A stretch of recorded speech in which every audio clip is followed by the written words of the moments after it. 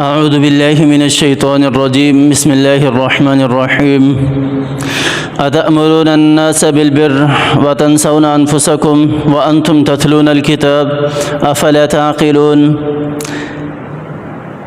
اللہ تعالیٰ اہل کتاب کو مخاطب کر کے ارشاد فرما رہے ہیں، کیا تم لوگوں کو نیکی کا حکم دیتے ہو، لوگوں کو تو اچھائی کا حکم دیتے ہو اور خود اپنے آپ کو بھلائے بیٹھے ہو، حالانکہ تم کتاب کی تلاوت کرنے والے ہو، کتاب کا علم رکھنے والے ہو۔ کیا تم سمجھ نہیں رکھتے؟ کیا تمہیں عقل نہیں ہے؟ ان آیات کے اندر اللہ تعالیٰ نے علماء کرام کو ذکر کیا ہے۔ اہل کتاب کے جو بڑے عالم تھے، جو بڑے پادری تھے، جو بڑے پاپا تھے، جو بھی اصطلاح ان کی استعمال ہوتی ہے ان کے علماء کے لیے، ان کو ذکر کیا ہے اللہ تعالیٰ نے اس آیت کے اندر، اور بہت ہی سخت وعید اور سخت قسم کے الفاظ اللہ تعالیٰ نے ذکر کیے ہیں۔ اس طرح کہ جس طرح ایک آدمی کسی کو جھنجھوڑتا ہو نا، جھنجھوڑتا ہو، جیسے میرے سامنے کوئی آدمی ہو یا میری اپنی اولاد ہو کہ وہ خود کام نہ کرے اور دوسروں کو کہے کہ آپ نے یہ نہیں کیا، آپ نے یہ نہیں کیا، تو میں کیا کہوں گا؟ میرے الفاظ جو ہوں گے وہ کس طرح کے ہوں گے کہ اللہ کے بندے تو نے کیا کیا ہے؟ کیا تو نے بھی کسی کام کو ہاتھ لگایا ہے؟ تو خود تو کر نہیں رہا اور دوسروں کو تو بولے جا رہا ہے، کہے جا رہا ہے۔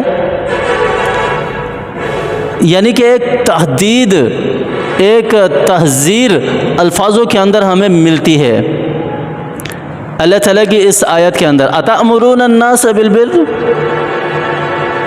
وتنسون انفسکم،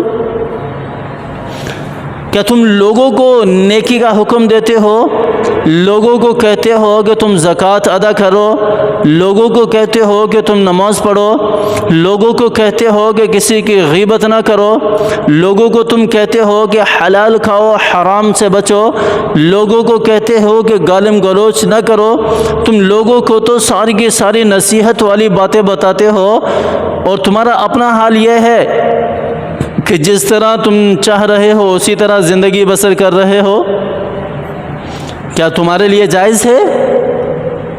کیا تم دین سے مستثنی ہو؟ اللہ تعالیٰ اہل کتاب کے علماء کو یہ ارشاد فرما رہے ہیں، کیا تم دین سے مستثنی ہو؟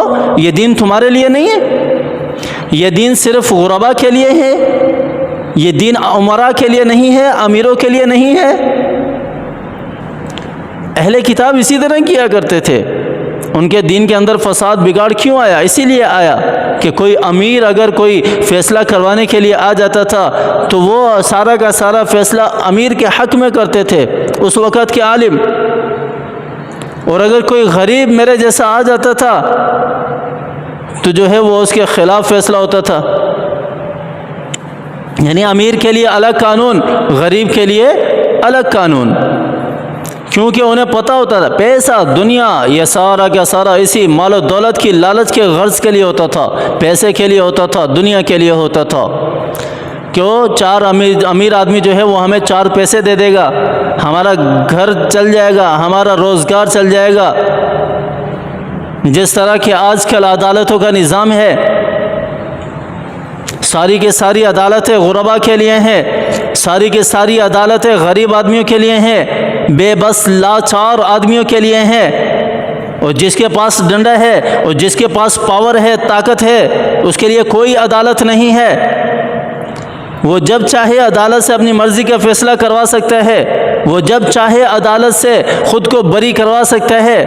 کیوں؟ اس کے پاس پیسہ ہے، مال و دولت ہے، اس پیسے کو دے سکتا ہے۔ الراشی والمرتشی کلاہما فی النار، آپ صلی اللہ علیہ وسلم کی حدیث ہے۔ آپ صلی اللہ علیہ وسلم نے کیا ارشاد فرمایا کہ رشوت دینے والا اور رشوت لینے والا دونوں جہنمی ہے، دونوں جہنمی ہے، لینے والا بھی دینے والا بھی۔